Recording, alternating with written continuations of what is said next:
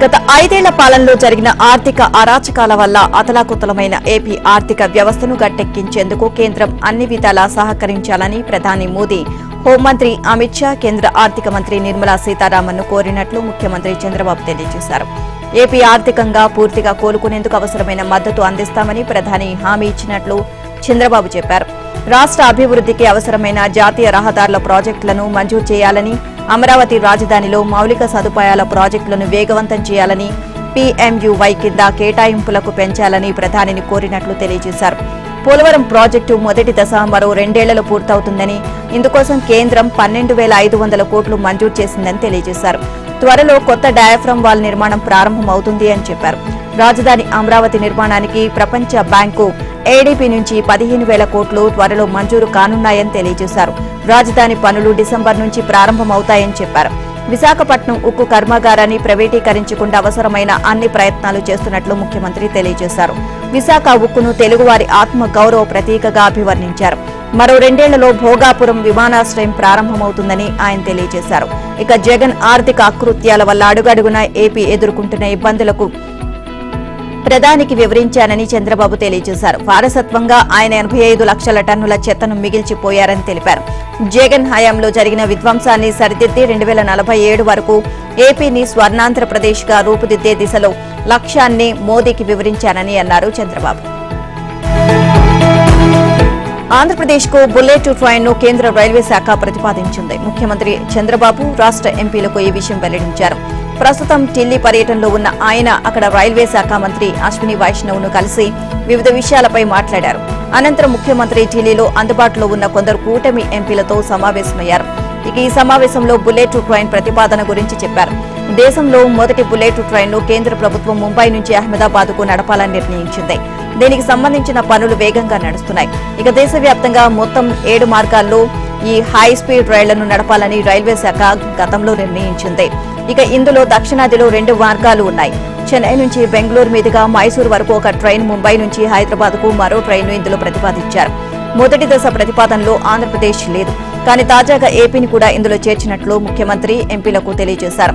దక్షిణాదిలో బెంగళూరు, చెన్నై, హైదరాబాద్, అమరావతి నగరాలు కలిసేలా బుల్లెట్ రైలు నడపడానికి ప్రతిపాదనలు తయారవుతున్నాయని ఆయన చెప్పారు. ఇక దీనికోసం ప్రత్యేకంగా రైల్వే ట్రాక్ వేయాల్సి ఉంటుందని, పూర్తి ప్రతిపాదనలు సిద్దమైన తర్వాత రైల్వే శాఖ వివరాలు వెల్లడిస్తుంది అని ఆయన పేర్కొన్నారు. విశాఖపట్నం ప్రాంతంలో 1,00,000 కోట్ల పెట్టుబడితో గ్రీన్ హైడ్రోజన్ ప్రాజెక్టు రాబోతుంది అని ముఖ్యమంత్రి చంద్రబాబు తెలియజేశారు. ఏపీ ఐటీ, మానవ వనరుల అభివృద్ధి మంత్రి ఇక లోకేష్ ముంబైలో Tata Sons board chairman Natarajan చంద్రశేఖరన్తో సమావేశమయ్యారు. ఆయనతో భేటీ అత్యద్భుతంగా జరిగిందని, ఇవాళ భారీ ప్రకటన వెలువడనుంది అని వేచి చూడాలి అని లోకేష్ ఎక్స్ లో ట్వీట్ చేశారు. గత నెలలో కూడా అమరావతిలో ఆయన చంద్రశేఖరన్తో భేటీ అయ్యారు. రాష్ట్రంలో IT, electronics, food processing, automobile రంగాల్లో పెట్టుబడుల అవకాశాలపై చర్చించారు. ఈ అంశంపైనే ఇవాళ కీలక ప్రకటన వెలువడవచ్చు అని భావిస్తున్నారు. ఇంకోవైపు హీరానందాని సంస్థల డైరెక్టర్ హర్ష హీరానందానితోనూ సమావేశమయ్యానని, రాయలసీమలో ఇండస్ట్రియల్ టౌన్షిప్ల ఏర్పాటు, విశాఖలో గ్రేడ్ ఏ ఆఫీసు స్పేస్లకు ఉన్న అవకాశాలపై చర్చించానని లోకేష్ పేర్కొన్నారు. గ్రామాల్లో అభివృద్ది పనులు శరవేగంగా పూర్తి చేయాలని ఉప ముఖ్యమంత్రి పవన్ కళ్యాణ్ దిశానిర్దేశం చేశారు. ఆగస్టు 23న రాష్ట్ర వ్యాప్తంగా 13,326 పంచాయతీల్లో విప్లవాత్మక రీతిలో నిర్వహించిన గ్రామ సభల్లో ఆమోదించిన పనులను ఈ నెల 14 నుంచి పల్లె పండుగ కార్యక్రమం నిర్వహించి ప్రారంభించాలని ఆదేశించారు. గ్రామాల్లో మరింత పారదర్శకత, ప్రజల్లో జవాబుదారీతనం పెంచేందుకు గాను మంజూరైన పనులకు పండుగ వాతావరణంలో భూమి పూజ చేయడానికి సంకల్పించామని అన్నారు. ఇక సచివాలయం నుంచి ఆయన రాష్ట్ర వ్యాప్తంగా పంచాయతీరాజ్, గ్రామీణాభివృద్ది శాఖ అధికారులు, కలెక్టర్లు, సిబ్బందితో వీడియో కాన్ఫరెన్స్ నిర్వహించారు. ప్రతి పంచాయతీకి నిధుల సమస్య లేకుండా చూస్తున్నామని, ఉపాధి హామీ పథకం ద్వారా 4,500 కేంద్రం రాష్ట్రానికి మంజూరు చేసింది అని తెలియజేశారు. ఇక గ్రామీణ కుటుంబాలకు నివాసం ఉంటున్న గ్రామాల్లో ఏడాదిలో కనీసం 100 రోజులు వేతన ఉపాధి కల్పించడం, సుస్థిర ఆస్తులను ఏర్పాటు చేసి జీవనోపాధులు మెరుగుపరచడం ఉపాధి హామీ పథకం ముఖ్య ఉద్దేశమని గుర్తు చేశారు. పని కోరిన 15 రోజుల్లో పని పొందే హక్కు, లేనట్లయితే నిరుద్యోగ భృతి, పని ప్రదేశం నివాసానికి 5 కిలోమీటర్ల కంటే దూరముంటే రోజు కూలీలకు అదనంగా 10% వేతనం, పని ప్రదేశాల్లో ప్రథమ చికిత్స, తాగునీరు, నీడ వంటి సౌకర్యాలు కల్పించడం, కేంద్ర ప్రభుత్వం నిర్దేశించిన వేతన రేటు 300 ఇవ్వడం, పని ప్రదేశంలో మరణించిన కూలీలు మరణించినా లేదా పూర్తిగా అంగవైకల్యానికి గురైనా ఆ కుటుంబానికి 50,000 నష్టపరిహారం వంటి హక్కులను ఉపాధి కూలీలను కల్పించాలి అని స్పష్టం చేశారు. ఇక 13.326 గ్రామ పంచాయతీల్లో ఆగస్టు 23న గతంలో ఎప్పుడూ లేని విధంగా అందరి సహకారంతో ఒకే రోజున గ్రామ సభలు నిర్వహించామని అన్నారు. ఏపీ ఆహార భద్రతా ప్రమాణాల చట్టాన్ని పక్కాగా అమలు చేస్తామని, దీనికి సంబంధించిన కార్యాచరణ ప్రణాళికను అమలు చేస్తామని మంత్రి సత్యకుమార్ యాదవ్ తెలియజేశారు. రాష్ట్రంలో ఆహార భద్రతా ప్రమాణాలను పెంపొందించడానికి food safety and standards authority of ఇండియాతో ప్రభుత్వం ఒప్పందం చేసుకుంది. ఢిల్లీలో జరిగిన కార్యక్రమంలో మంత్రి సత్యకుమార్ యాదవ్ సమక్షంలో FSSAI chief executive officer G Kamalavardhan Rao, AP food safety commissioner C Harikiran, FSSAI executive director Inoshi Verma ఒప్పంద పత్రాలపై సంతకాలు చేశారు. ఏపీలో ఆహార భద్రతా ప్రమాణాలను బలోపేతం చేసేందుకు పూర్తి సహకారాన్ని అందిస్తామని జి కమలవర్ధన్ రావు తెలియజేశారు. ఈ ఒప్పందం వల్ల రాష్ట్రానికి 88.41 కోట్ల వరకు నిధులు రానున్నాయి. ప్రతి జిల్లాలోనూ ఆహార పరీక్ష ల్యాబ్ ఏర్పాటు చేయాలని మంత్రి కోరగా దీనికి కమలవర్ధన్ రావు అంగీకరించారు. తాజాగా ఒప్పందం మేరకు 20 కోట్ల రూపాయలతో తిరుమలలో, మరో 20 కోట్ల రూపాయలతో కర్నూలులోనూ ఇంటిగ్రేటెడ్ ఫుడ్ ల్యాబ్లను నెలకొల్పాలని అనుకుంటున్నారు. ఇక ఏలూరు, ఒంగోలులో ప్రాథమిక ఆహార పరీక్షల ప్రయోగశాలను ఒక్కొక్కటి 7.5 కోట్ల రూపాయల వ్యయంతో ఏర్పాటు చేయనున్నారు. ఇప్పటికే రాష్ట్రంలో ఉన్న 4 మొబైల్ ఫుడ్ టెస్టింగ్ ల్యాబ్లతో పాటు అదనంగా మరో 22 ల్యాబ్లను టర్న్ కీ విధానంలో వినియోగించేందుకు అంగీకారం కుదిరింది. కనివిని ఎరుగని వరద బీభత్సానికి అతలాకుతలమైన బాధితులను ఆదుకోవడానికి 200 కోట్లు ఖర్చు చేస్తే 534 కోట్లు ఖర్చు చేసినట్లు వైసీపీ దుష్ప్రచారం చేస్తుంది అన్నారు. టీడీపీ అధికార ప్రతినిధి కొమ్మారెడ్డి పట్టాభిరాం నోటికి వచ్చిన అంకెలు చెబుతోంది అని మండిపడ్డారు. ఇక వరదలు ముంచెత్తినప్పుడు బాధితుల కడుపు నింపితే జగన్ రెడ్డి దానిపై కూడా విష ప్రచారం చేస్తున్నారని ఆగ్రహాన్ని వ్యక్తం చేశారు. వైసీపీ హయాంలో గోదావరి వరదల్లో మునిగిపోయిన వారికి 2 బంగాళాదుంపలు, 2 టమాటాలు ఇచ్చి జగన్ చేతులు దులుపుకున్నారని అన్నారు. ఇప్పుడు టీడీపీ ప్రభుత్వం ఉదారంగా సాయం చేసి మంచి పేరు తెచ్చుకోవడానికి జగన్ బదిలించలేకపోతున్నారు అని అన్నారు. తన హయాంలో వైసీపీ రంగులు వేయడానికి 3,000 కోట్లు దుబారా చేసిన విషయం జగన్ గుర్తుకు రాలేదా అని అన్నారు. ఇక ఏ మొహం పెట్టుకుని ఆయన పార్టీ మాట్లాడుతుంది? ఇక వరదలో నష్టపోయిన కుటుంబాలకు ఆదుకోవడం తన బాధ్యత, చంద్రబాబు పనిచేశారని చెప్పారు. వారిని ఆదుకోవడానికి చేసిన ఖర్చు 140 కోట్లు. పౌర సరఫరాల శాఖ ద్వారా 63 కోట్ల విలువైన బియ్యం, ఇతర నిత్యావసరాల సరఫరా చేశారు. మొత్తం కలిపి 203 కోట్లు బాధితుల కోసం ఖర్చు చేశారు. భోజనాలకు 1.15 కోట్ల ప్యాకెట్లు సరఫరా చేశారు. ఒక్కో ప్యాకెట్ ఖర్చు 50 రూపాయలు ఖర్చయ్యాయి అని ఆయన తెలియజేశారు. నూతన మద్యం పాలసీలో షాపులు కేటాయించక ముందే కొన్ని దుకాణాలు భలే కిక్కిస్తున్నాయి. ఇక కొన్ని జిల్లాలు దరఖాస్తులు తక్కువగా వస్తుంటే విజయవాడలో మాత్రం భారీ పోటీ నెలకొంది. ముఖ్యంగా 96, 97వ నెంబర్ షాపులకు దరఖాస్తులు వెలువల వస్తున్నాయి. ఈ షాపులు ఒక్కోదానికి లైసెన్స్ ఫీజు ఏడాది 85 లక్షలు, 2 ఏళ్లకు 1.70 కోట్లు. అయితే 96వ షాపు కోసం ఇప్పటికే 87 దరఖాస్తులు వచ్చాయి. దరఖాస్తు ఫీజు 2 లక్షలు కాబట్టి ఈ రూపంలోనే 1.74 కోట్లు వచ్చినట్లయింది. అంటే వ్యాపారం మొదలు పెట్టక 2 ఏళ్ల పాటు వ్యాపారి చెల్లించే లైసెన్స్ ఫీజు దరఖాస్తుల ద్వారానే వచ్చేసిందన్నమాట. ఇక 97వ నంబర్ దుకాణానికి 75 దరఖాస్తులు వచ్చాయి. తద్వారా ఇప్పటికే 1.5 కోట్ల ఆదాయం వచ్చి పడింది. వాస్తవానికి ఎక్సైజ్ శాఖ ప్రతి షాపుకు ఒక నెంబర్ కేటాయించినా లైసెన్స్ వస్తే విజయవాడ పరిధిలో ఎక్కడైనా షాపు పెట్టుకోవచ్చు. అయినా దరఖాస్తుదారులు ఈ 2 షాపులకు పోటీ పడడం ఆశ్చర్యాన్ని కలిగిస్తోంది. మంగళవారం సాయంత్రానికి రాష్ట్ర వ్యాప్తంగా 41,348 దరఖాస్తులు వచ్చాయి. ఒక్కో షాపుకు సగటున 12 ఆదాయం. ఇక మంగళవారం ఒక్కరోజే 20,000 దరఖాస్తులు వచ్చాయి. దరఖాస్తుల సమర్పణకు ఇవాళ చివరి రోజు కావడంతో ఒక్కసారిగా పోటెత్తారు. ఇక అయితే దరఖాస్తుల గడువును ఈ నెల 11 వరకు దరఖాస్తులు సమర్పించేందుకు అవకాశం కల్పించారు. అలాగే 14న లాటరీ నిర్వహించి 16 నుంచి షాపులు ప్రారంభించేలా ఎక్సైజ్ శాఖ మరో ఉత్తర్వులు జారీ చేసింది. దీంతో ఈ నెల 15 వరకు ప్రభుత్వం మద్యం షాపులు కొనసాగుతున్నాయి. హైదరాబాద్ లో వర్షాలు, వరదల వల్ల ఏర్పడుతున్న కల్లోల పరిస్థితులను అరికట్టాలి అంటే కూల్చివేతలు తప్పవని సీఎం రేవంత్ రెడ్డి మరోసారి స్పష్టం చేశారు. అయితే ఈ కూల్చివేతలతో నిర్వాసితులతో వారికి న్యాయం చేస్తామని, వారికి ప్రత్యామ్నాయ నివాస ఏర్పాట్లు కల్పించేందుకు ఇప్పటికే తగిన ప్రణాళికలు రూపొందించినట్లు తెలియజేశారు. సామాన్య ప్రజలకు, బడుగు బలహీన వర్గాల వారికి నష్టం జరగకుండా చర్యలు తీసుకోవాలి అన్నదే తన ఉద్దేశమని చెప్పారు. ఢిల్లీలోని సీఎం అధికార నివాసంలో తనను కలిసిన ఎంఐఎం అధినేత, హైదరాబాద్ ఎంపీ అసదుద్దీన్ ఓవైసీకి ఈ విషయాన్ని రేవంత్ స్పష్టం చేశారు.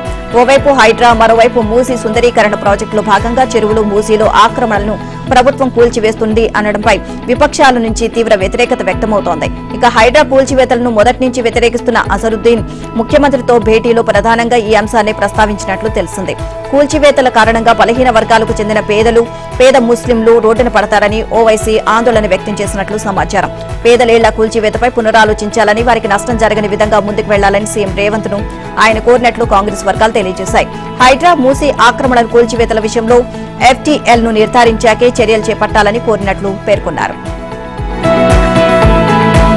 మహానగరంలో చెరువులు, నాలాల లెక్కను శాస్త్రీయ విధానం ద్వారా తేల్చేందుకు Hyderabad disaster response and asset protection agency సన్నద్దమైంది.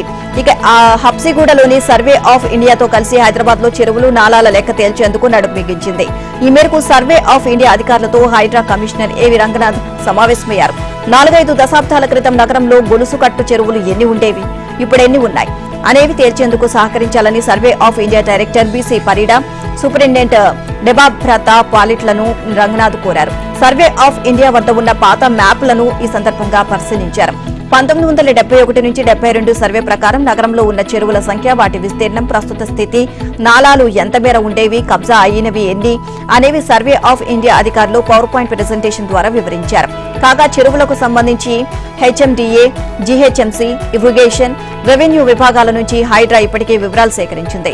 వాటిని సర్వే ఆఫ్ ఇండియా వద్ద ఉన్న ప్రస్తుత మ్యాప్లతో క్రోడీకరించి చూశారు. ఏ ప్రాంతాల్లో చెరువులు కనుమరుగయ్యాయి, నాలాలు విస్తీర్ణం ఎంతో తగ్గింది అన్నదానిపై ఓ అంచనాకు రానున్నట్లు రంగనాథ్ తెలియజేశారు.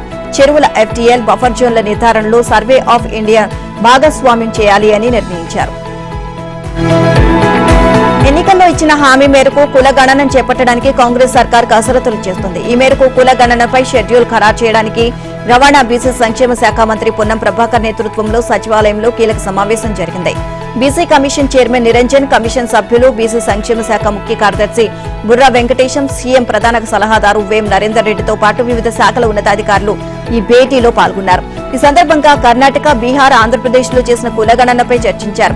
కర్ణాటకలో బీసీ కమిషన్ చేసిన సర్వే, బీహార్లో జీఏడీ ద్వారా చేసిన సర్వే, ఆంధ్రప్రదేశ్ లో పంచాయతీరాజ్ ద్వారా సర్వే చేసిన అంశాలపై మాట్లాడారు. ఈ 3 రాష్ట్రాలు అనుసరించిన పద్ధతులను పరిశీలించి అందులో ఉత్తమ విధానాన్ని రాష్ట్రంలో అమలు చేయాలని నిర్ణయించారు. ఇక ఈ కులగణన సర్వే నివేదిక ఎస్సీ వర్గీకరణకు సైతం ఉపయోగపడుతుంది అనే అంశము చర్చకు వచ్చింది. నివేదిక పారదర్శకంగా ఉండడానికి కులగణనను జీఏడీ లేదా పంచాయతీరాజ్, రెవెన్యూ శాఖ ద్వారా చేయించే విషయంపై 2-3 రోజుల్లో సీనియర్ మంత్రులతో సమావేశం ఏర్పాటు చేసి నిర్ణయం తీసుకోవాలని అనుకున్నారు. కులగణనను సీనియర్ ఐఏఎస్ అధికారి నేతృత్వంలోని కమిటీ పర్యవేక్షించేలా చూడాలి అని అభిప్రాయపడ్డారు. కులగణన చేపడితే 1 రోజుల్లో పూర్తి చేయాలని నిర్ణయం తీసుకున్నారు. తెలంగాణలో విద్యుత్ శాఖలో ఖాళీలను గుర్తించామని, త్వరలో ఆయా పోస్టుల భర్తీకి భారీ నోటిఫికేషన్ ఇస్తామని డిప్యూటీ సీఎం మల్లుపట్టి విక్రమార్క ప్రకటించారు. ఖమ్మం కలెక్టరేట్లో ఉమ్మడి ఖమ్మం, వరంగల్ జిల్లాలో విద్యుత్ శాఖ అధికారులతో ఆయన సమీక్ష నిర్వహించారు. రాష్ట్రంలో కాంగ్రెస్ అధికారంలోకి వచ్చిన తర్వాత విద్యుత్ శాఖలో ఖాళీగా ఉన్న పోస్టులను గుర్తించామని బట్టి విక్రమార్క తెలియజేశారు. మెరుగైన విద్యుత్ ఉత్పత్తిని అందించేందుకు, విద్యుత్ ఉత్పత్తిని పెంచేందుకు అనేక సంస్కరణలు చేపట్టబోతున్నామని అన్నారు. అందులో భాగంగా శాఖలో ఖాళీ పోస్టులన్నింటినీ భర్తీ చేయబోతున్నామని పేర్కొన్నారు. విద్యుత్ శాఖలో ఎక్కడైనా సమస్యలు ఉన్నా, ఎవరైనా డబ్బులు అడిగినా 1912కు ఫోన్ చేసి ఫిర్యాదు చేయవచ్చు అని సూచించారు. ఇక ఈ నెంబర్కు ఫోన్ చేసిన ప్రతి ఒక్కరి వివరాలు తీసుకుని పర్యవేక్షణ చేస్తామని అన్నారు. వరదల సమయంలో విద్యుత్ అధికారులు, సిబ్బంది కష్టపడి పనిచేశారని బట్టి విక్రమార్క ప్రశంసించారు. రాష్ట్రంలో విద్యుత్ శాఖ అధికారులు, సిబ్బందికి ఎప్పటికప్పుడు వృత్తిపరంగా మెళకువలు నేర్పేందుకు ఒక కాలేజీ ఏర్పాటు చేస్తామని తెలిపారు. ఇక రాష్ట్రంలో విద్యుత్ ఉత్పత్తికి ప్రభుత్వం ప్రణాళికాబద్ధంగా పనిచేస్తుంది అన్నారు. థర్మల్ పవర్ తో పాటు సౌర, జల విద్యుత్, పవన విద్యుత్ మొత్తం 20,000 మెగావాట్ల విద్యుత్ ఉత్పత్తికి లక్ష్యంగా పెట్టుకున్నామని తెలియజేశారు. రాష్ట్రంలో పేద విద్యార్థులకు ప్రపంచ స్థాయి విద్యను అందించేందుకు అంతర్జాతీయ సమీకృత గురుకులాలను ఏర్పాటు చేస్తున్నామని, ఈ నెల 11న పలు చోట్ల వీటికి శంకుస్థాపన చేయబోతున్నామని వెల్లడించారు. ఉపాధ్యాయ పోస్టులకు ఎంపికైన అభ్యర్థులకు ఇవాళ నియామక పత్రాలను అందజేయనున్నారు. సాయంత్రం 4 గంటలకు ఎల్బీ స్టేడియంలో జరిగే కార్యక్రమంలో సీఎం రేవంత్ రెడ్డి ఈ పత్రాలను ఇస్తారు. రాష్ట్రంలో మొత్తం 11,062 టీచర్ పోస్టులను భర్తీ చేయాలని ప్రభుత్వం నిర్ణయించింది. ఇందులో ప్రస్తుతం 10,006 పోస్టులను భర్తీ చేస్తున్నారు. ఇక కోర్టు కేసులు, ఇతర సాంకేతిక కారణాలతో 1,056 పోస్టులను పెండింగ్ లో ఉంచారు. వీటి భర్తీపై త్వరలోనే నిర్ణయం తీసుకోనున్నారు. ఉపాధ్యాయ పోస్టులకు ఎంపికైన అభ్యర్థులకు ఇప్పటికే సమాచారాన్ని అందజేశారు. వారిని ఇవాళ ఉదయం నుంచే ఆయా జిల్లాల నుంచి హైదరాబాద్ కు రప్పిస్తున్నారు. ఇందుకోసం ప్రత్యేక చర్యలు తీసుకుంటున్నారు. జిల్లాల నుంచి ప్రత్యేక ఉచిత బస్సు సౌకర్యాన్ని ఏర్పాటు చేశారు. ఎంపికైన అభ్యర్థులు ఉదయం కలెక్టర్ కార్యాలయానికి చేరుకుంటే అక్కడి నుంచి బస్సుల్లో ఎల్బీ స్టేడియానికి తీసుకొస్తారు. ఎల్బీ స్టేడియంలో జిల్లాల వారీగా ప్రత్యేక కౌంటర్లను ఏర్పాటు చేస్తున్నారు. అభ్యర్థులు తమ జిల్లా కౌంటర్లోని వినియామక పత్రాలు తీసుకునేలా చర్యలు తీసుకుంటున్నారు. కర్ణాటకలో 5, తెలంగాణలో 6 గ్యారంటీలు అంటూ అడ్డగోలు హామీలిచ్చి ప్రజలను మోసం చేసిన కాంగ్రెస్ హర్యానాలో 7 గ్యారంటీలను మభ్యపెట్టే ప్రయత్నాన్ని ఆ రాష్ట్ర ప్రజలు తిరస్కరించారని బీఆర్ఎస్ వర్కింగ్ ప్రెసిడెంట్ కేటీఆర్ అన్నారు. హామీల అమలులో కర్ణాటక, తెలంగాణ, హిమాచల్ ప్రదేశ్ లో కాంగ్రెస్ ప్రభుత్వాలు చేస్తున్న మోసాన్ని దేశం మొత్తం గమనిస్తుంది అనడానికి ఈ ఎన్నికల ఫలితాలను నిదర్శనమని ఒక ప్రకటనలో పేర్కొన్నారు. ఒక్కో రాష్ట్ర ఎన్నికల్లో ఒక్కో గ్యారంటీ పెంచుకుంటూ గారడీ చేద్దామని చూసిన కాంగ్రెస్ బొక్కబోర్ల పడిందని ఎద్దేవి చేశారు. హర్యానాలో కాంగ్రెస్ ఓటమితోనైనా రాహుల్ గాంధీ బుద్ధి తెచ్చుకోవాలని చెప్పే మాటలకు చేస్తున్న పనులకు పొంతన లేనప్పుడు ఇలాంటి చెంపపెట్టు లాంటి ఫలితాలు తప్పవు అన్నారు. ఇక బుల్డోజర్ రాజ్, పార్టీ ఫిరాయింపులు, రాజ్యాంగ పరిరక్షణ పేరుతో ఆయన చేసిన డ్రామాలకు హర్యానా ప్రజలు తగిన బుద్ధి చెప్పారని పేర్కొన్నారు. సోషల్ మీడియా విస్తృతి పెరిగిన ఈ రోజుల్లో రాష్ట్రాలు వేరైనా ప్రజల నుంచి వాస్తవాలు దాచడం సాధ్యం కాదు అన్నారు. కాంగ్రెస్ తో హోరాహోరీ ఉన్న రాష్ట్రాల్లోని బీజేపీ గెలుస్తోందని, ఆ పార్టీ ఓటమికి రాహుల్ గాంధీ బలహీన నాయకత్వం కూడా ఓ ప్రధాన కారణమని అన్నారు. బీజేపీని ఢీకొని నిలువరించే శక్తి కేవలం ప్రాంతీయ పార్టీలకు మాత్రమే ఉంది అన్న విషయం ఆయా రాష్ట్రాల్లో జరిగిన ఎన్నికలను చూస్తే అర్థమైపోతుంది అని తెలియజేశారు. భారత క్రికెట్ జట్టు మాజీ కెప్టెన్, హైదరాబాద్ క్రికెట్ అసోసియేషన్ మాజీ అధ్యక్షుడు, Congress party working president Azharuddin ED అధికారుల ఎదుట విచారణకు హాజరయ్యారు.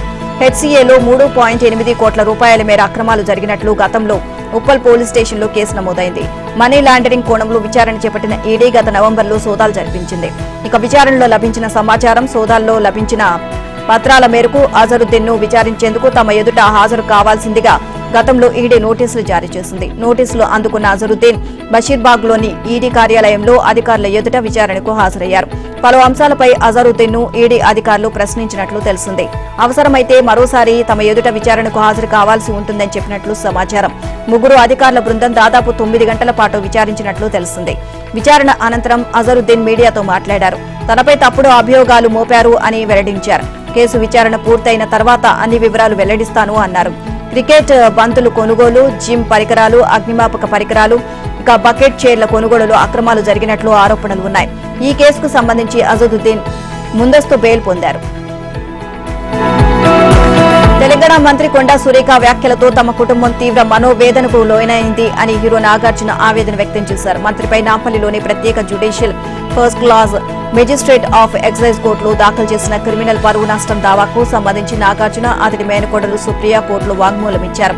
మరో సాక్షి మెట్ల వెంకటేశ్వర్ వాంగ్మూలాన్ని గురువారం నమోదు చేయాలని నిర్ణయించారు. ఇక ముగ్గురి వాంగ్మూలాలను పరిశీలించాక మంత్రికి సమన్లు ఇచ్చే విషయమై న్యాయమూర్తి ఒక నిర్ణయం తీసుకుంటారు. నాగార్జునతో పాటు భార్య అమల, సోదరి నాగసుశీల, కొడుకు నాగచైతన్య, మేనకోడలు సుప్రియ కోర్టుకు వచ్చారు. అసలు పరువు నష్టం దావా ఎందుకు దాఖలు చేశారని న్యాయమూర్తి శ్రీదేవి ప్రశ్నించారు. నాగార్జున వాంగ్మూలమిస్తూ దేశవ్యాప్తంగా ఎందరో ప్రజల ఆదరాభిమానాలను పొందిన తనపై, తన కుటుంబంపై మంత్రి కొండా సురేఖ రాజకీయ దురుద్దేశంతో అమర్యాదపూర్వకంగా మాట్లాడారు అన్నారు. తన కొడుకు నాగచైతన్య విడాకుల వ్యవహారం గురించి పూర్తి అవాస్తవమైన, అసత్యమైన వ్యాఖ్యలు చేశారని తెలియజేశారు. సమాజం పట్ల బాధ్యతతో తమ కుటుంబం చాలా ఏళ్లుగా అనేక సేవా కార్యక్రమాలను కూడా చేస్తుంది అన్నారు. అలా దశాబ్దాలుగా తన కుటుంబం నిర్మించుకున్న గౌరవ మర్యాదలకు మంత్రి చేసిన వ్యాఖ్యలతో భంగం కలిగింది అన్నారు. తదుపరి విచారణను న్యాయమూర్తి గుండం లేకుండా అసత్యాలు వ్యాప్తి చేయడానికే సాక్షి మీడియా సంస్థ ఉన్నట్లు మరోసారి స్పష్టమైంది. ఏబిఎన్ ఆంధ్రజ్యోతి ట్యాగ్లైన్ అంశంలో ఈ సంస్థ వ్యవహరిస్తున్న తీరు ఇందుకు నిదర్శనంగా నిలుస్తోంది. పాత్రికేయ విలువలకు తిలోదకాలిచ్చిన సాక్షి ఆంధ్రజ్యోతి ట్యాగ్ ను వాడి తన వెబ్సైట్లో తమ సొంత వార్తలను ప్రచారం చేసుకుంటుంది. ట్యాగ్లైన్ విషయంలో తన అభ్యంతరాలు, అందుకు కారణాలను ఏబిఎన్ ఆంధ్రజ్యోతి స్పష్టంగా పేర్కొంది. పాత్రికేయ విలువలను పక్కన పెట్టి అనైతిక పద్ధతుల్లో విశేష జనాదరణ కలిగిన ఏబిఎన్ ఆంధ్రజ్యోతి పేరును వినియోగించడం సరికాదు అని సాక్షిని కోరింది. చేసిన పనికి క్షమాపణ చెప్పాలని, లేని పక్షంలో న్యాయపరంగా ముందుకు వెళ్తామని స్పష్టం చేసింది. అయితే ఈ అంశంలో సాక్షి సంస్థ తన తప్పును అంగీకరిస్తూనే వితండవాదానికి దిగింది. ఒక వార్తా సంస్థకు సంబంధించిన ట్యాగ్ లైన్ మరో వార్తా సంస్థ ఉపయోగించకూడదు అనే విషయాన్ని ఆ పత్రిక ఎడిటర్ మంగళవారం తన ఎడిటోరియల్లో ప్రస్తావించారు. దీని ప్రకారం తాము చేసింది తప్పని ఆయన చెప్పకనే చెప్పారు. కానీ ఆంధ్రజ్యోతికి సంబంధించిన కథనాలు రాసినప్పుడు అనుబంధ ట్యాగ్ లైన్ వాడాల్సి వస్తుంది అంటూ తప్పును కప్పిపుచ్చుకునే ప్రయత్నం చేశారు. తద్వారా ఏదైనా ఒక వార్తను రాస్తే దానికి సంబంధించిన కీవర్డ్స్ ను ఉపయోగిస్తారు, కానీ ప్రతి వార్తకు ట్యాగ్ లైన్ ఉపయోగించారని కనీస అవగాహన సాక్షికి లేదని అర్థమైంది. అంతేకాక కీవర్డ్స్ ట్యాగ్ ను ఎందుకు ఉపయోగిస్తారు అనే విషయంపై అసత్యాల సాక్షి మీడియా సంస్థకు కనీస అవగాహన లేదు అన్న విషయం తేలిపోయింది. ఇక తాము చేసిన తప్పును ఒప్పుకుంటూనే దమ్మున్న పత్రిక ఆంధ్రజ్యోతిపై అసత్యాల సాక్షి బురద జల్లేందుకు విఫలయత్నం చేస్తోంది. ఈ ఏడాది డెంగీ కేసులు బెంబేలెత్తేస్తున్నాయి. నిరుటి కన్నా మించే కాదు. ఇక 5 ఏళ్లలో మునిపెన్నడూ లేని గరిష్ట స్థాయిలో డెంగీ కేసులు నమోదయ్యాయి. వైద్య ఆరోగ్య శాఖ లెక్కల ప్రకారం గత ఏడాది తెలంగాణలో 8016 కేసులు నమోదైతే ఈసారి జనవరి నుంచి అక్టోబర్ 6వ తేదీ వరకు 9254 డెంగ్యూ కేసులు నమోదయ్యాయి. చికెన్ గున్యా కేసులు కూడా భారీగా ఉన్న వైద్య శాఖ లెక్కలో కేవలం 379గానే చూపారు. ఇక ఈ ఏడాది విపరీతంగా వర్షాలు కురవడంతో పాటు వాతావరణ మార్పులతో వైరల్ జ్వరాలు కూడా విజృంభించాయి. దోమలు పెరగడంతోనే డెంగ్యూ కేసులు భారీగా పెరిగి నమోదయ్యాయి. సాధారణంగా డెంగ్యూ వైరల్ ఫీవర్స్ జూన్ నుంచి మొదలై ఆగస్టులో పెరిగి సెప్టెంబర్ పతాక స్థాయికి చేరుతాయి. ఇక అక్టోబర్ మొదటి వారానికి కేసులు తగ్గుముఖం పడతాయి. ఇక ఈసారి మాత్రం తగ్గినట్లే తగ్గి మళ్లీ విజృంభిస్తున్నాయి. తిరుమల శ్రీ వెంకటేశ్వర స్వామి బ్రహ్మోత్సవాల్లో అత్యంత ప్రధానమైన గరుడ వాహన సేవ అంగరంగ వైభవంగా జరిగింది. సర్వాంతర్యామి రూపంలో మలయప్ప వజ్ర వైడూర్య ఆభరణాల అలంకరణతో తన ఇష్ట వాహనమైన గరుణ్ణి అధిరోహించి భక్త కోటికి దర్శనమిచ్చారు. మధ్యాహ్నం 12 గంటలకే 4 మాడవీధుల్లోని గ్యాలరీలన్నీ భక్తులతో నిండిపోయాయి.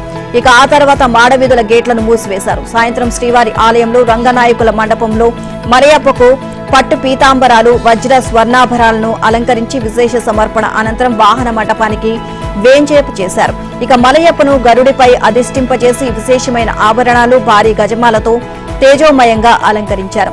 భక్తుల ఇబ్బందులను దృష్టిలో పెట్టుకుని ఈసారి గరుడ వాహన సేవను సాయంత్రం 6:30 ప్రారంభించారు. ఇక వాహన మండపం తెర తీయగానే ఒక్కసారిగా భక్తులు పెద్ద పెట్టున చేసిన గోవిందనామ స్మరణతో సప్తగిరులు మారిమోగిపోయాయి. బ్రహ్మోత్సవాల్లో భాగంగా బుధవారం ఉదయం స్వామి హనుమంత వాహనం, రాత్రి గజవాహనం పై విహరిస్తూ భక్తులను కటాక్షిస్తారు. ఇక సాయంత్రం 4 గంటల నుంచి 5 గంటల మధ్య స్వర్ణ రథోత్సవం నిర్వహిస్తారు. హర్యానా అసెంబ్లీ ఎన్నికల్లో బీజేపీ హ్యాట్రిక్ కొట్టింది. Pre poll, post poll, exit poll అంచనాల్ని తలకిందులు చేస్తూ రాజకీయ నిపుణుల విశ్లేషణలను అబద్దం చేస్తూ ముచ్చటగా 3వ విజయం సాధించింది. మంగళవారం ఉదయం ఓట్ల లెక్కింపు మొదలైన తర్వాత కొంతసేపటి వరకు కాంగ్రెస్ జోరు కనిపించినా బీజేపీ క్రమంగా పుంజుకుని రేసులో ముందుకు దూసుకుపోయింది. మొత్తం 90 సీట్లకు గాను 48 స్థానాలు విజయడంకా మోగించి ప్రభుత్వ ఏర్పాటుకు సిద్దమైంది. ఎన్నికల షెడ్యూల్ వెలువడినప్పటి నుంచి ఎగ్జిట్ పోల్స్ దాకా ప్రతి దశలోనూ గెలుపుపై ధీమాతో ఉన్న కాంగ్రెస్ పార్టీ కేవలం 37 సీట్లకు పరిమితమై మరోసారి ఓటమి చేదును చవిచూసింది. హంగ్ ఖాయమనే అంచనాలు, నామినేటెడ్ ఎమ్మెల్యేల ఓట్ల కీలకమనే ఆందోళనలు, సంకీర్ణ ప్రభుత్వం ఏర్పాటుకు ప్రయత్నాలు తప్పవు అన్న సంకేతాలు. కానీ వీటికి తావు లేకుండా జమ్మూ కాశ్మీర్ ఓటర్లు తీర్పు చెప్పారు. ఆర్టికల్ 370 రద్దు తర్వాత జరిగిన తొలి ఎన్నికల్లో నేషనల్ కాన్ఫరెన్స్ కాంగ్రెస్ కూటమికి పట్టం కట్టారు. ఇక 90 అసెంబ్లీ స్థానాలకు గాను ఎన్సీ 51, కాంగ్రెస్ 32, సిపిఎం, జేకే, ఎన్సీపీసీ ఒకే చోట పోటీ చేశాయి. 5 చోట్ల ఎన్సీ, కాంగ్రెస్ స్నేహపూర్వక పోటీని దిగాయి. ఇక కశ్మీర్ అసెంబ్లీకి 5 ఎమ్మెల్యేలను గవర్నర్ నామినేటెడ్ చేయడంతో సంఖ్య 95కు పెరిగింది. కనీస మెజారిటీ 48గా ఉంది. ఇక దీనిని ఎన్సీ కూటమి అధిగమించింది. ఇక జాతీయ స్థాయిలో ఇండియా కూటమికి తొలి విజయం కశ్మీర్ నుంచి అందినట్లయింది. హర్యానాలో దారుణంగా విఫలమైన ఆప్ కశ్మీర్లోని దోడా స్థానాన్ని కైవసం చేసుకుని బోణి కొట్టింది. మొత్తం 3 మహిళలు ఎమ్మెల్యేలు అయ్యారు. సకీనా మసూద్, షమీమా ఫిర్దౌస్ తో పాటు బీజేపీ నుంచి షగున్ పరిహార్ గెలిచారు. దేశంలోని చాలా రాష్ట్రాల్లో ప్రజలు కాంగ్రెస్ కు నో ఎంట్రీ బోర్డు పెట్టారని ప్రధాని మోదీ అన్నారు. దశాబ్దాల తరబడి ఆ పార్టీకి అధికారం ఇవ్వకుండా దూరం పెడుతుండటమే ఇందుకు నిదర్శనమని పేర్కొన్నారు. మంగళవారం హర్యానా, జమ్మూ కాశ్మీర్ ఎన్నికల ఫలితాలు అనంతరం ఢిల్లీలోని బీజేపీ ప్రధాన కార్యాలయంలో మోదీ మాట్లాడారు. భారత ఆర్థిక వ్యవస్థను, ప్రజాస్వామ్యాన్ని ప్రపంచవ్యాప్తంగా పరిచయం చేసేందుకు కాంగ్రెస్ కుట్ర పన్నింది అని ఆరోపించారు. చివరికి ఎన్నికల కమిషన్ వంటి సంస్థపై కూడా నిందలు వేస్తోంది అని మండిపడ్డారు. కాంగ్రెస్ నేతలు రాహుల్ గాంధీ కులగణన పేరుతో ప్రజల మధ్య చీలిక తెచ్చేందుకు ఎస్సీ, ఎస్టీలను, రైతులను, యువతను రెచ్చగొట్టేందుకు ప్రయత్నించారని ఆరోపించారు. కానీ హర్యానా ప్రజలు కాంగ్రెస్ దేశ వ్యతిరేక చర్యలను తిప్పికొట్టేలా తీర్పునిచ్చారని పేర్కొన్నారు. ఇక జమ్మూ కాశ్మీర్ ఫలితం భారత రాజ్యాంగం, ప్రజాస్వామ్యం సాధించిన విజయమని అన్నారు. అక్కడ బీజేపీ అత్యధిక ఓట్లు సాధించింది అని పేర్కొన్నారు. T20 ప్రపంచ కప్ లో భారత్ మరో కీలక పోరుకు సిద్దమైంది. ఇవాళ శ్రీలంకతో అమీతుమీ తేల్చుకోనుంది. సెమీస్ చేరాలంటే భారత్ ఈ మ్యాచ్ తో పాటు తన చివరి మ్యాచ్ లో ఆస్ట్రేలియాపై గెలవాలి. ఇక డిఫెండింగ్ ఛాంపియన్ ఆసీస్ ను ఓడించిన సెమీస్ అవకాశాలు రన్ రేట్ పై ఆధారపడే అవకాశం ఉంది. ఇక ఈ నేపథ్యంలో శ్రీలంకను భారీ తేడాతో ఓడించి రన్ రేట్ ను మెరుగుపరచుకోవడం భారత్ కు అత్యావశ్యకం. ఇక ఘనంగా గెలిస్తే కంగారులతో పోరు ముంగిట జట్టు ఆత్మవిశ్వాసం కూడా పెరుగుతుంది. ఆడిన 2 మ్యాచ్ల్లోనూ ఓడిన శ్రీలంకను ఓడించడం ఆల్రౌండ్ బలం ఉన్న భారత్ కు కష్టమేమి కాకపోవచ్చు. కానీ స్పిన్ ను అనుకూలించే దుబాయ్ పిచ్ మీద బలమైన స్పిన్ దళం ఉన్న శ్రీలంకను మరీ తక్కువ అంచనా వేస్తే కష్టమే. ఇక సిరీస్ పై కన్నేసిన టీమిండియా ఇవాళ జరిగే 2వ టీ20లో బంగ్లాదేశ్ తో తలపడుతుంది. తొలి మ్యాచ్లో సంపూర్ణ ఆధిపత్యాన్ని ప్రదర్శించిన సూర్యకుమార్ యాదవ్ బృందం 7 వికెట్ల తేడాతో విజయం సాధించింది. ఇక కుర్రాళ్లతో కూడిన టీమిండియా అదే జోరు కొనసాగించాలి అనే పట్టుదలతో ఉంది. అనుభవజ్ఞులతో నిండినప్పటికీ గ్వాలియర్లో కుర్రాళ్లకు దాసోహమన్న బంగ్లా అసాధారణంగా పుంజుకుంటే తప్ప సిరీస్ ఆశలను సజీవంగా ఉంచుకోలేదు. ఇక పలువురు ప్రధాన ఆటగాళ్లకు విశ్రాంతినిచ్చినప్పటికీ గ్వాలియర్లో ఆతిథ్య జట్టు ఏమాత్రం తగ్గలేదు. ఇక కుర్రాళ్లతోనే ఆయన తొలి టీ20లో 128 పరుగుల లక్ష్యాన్ని 12 ఓవర్లలోపే ఛేదించింది. అదే ఉత్సాహంతో ఇప్పుడు ఈ పోరులోనూ బంగ్లాదేశ్ ను చిత్తు చేయాలని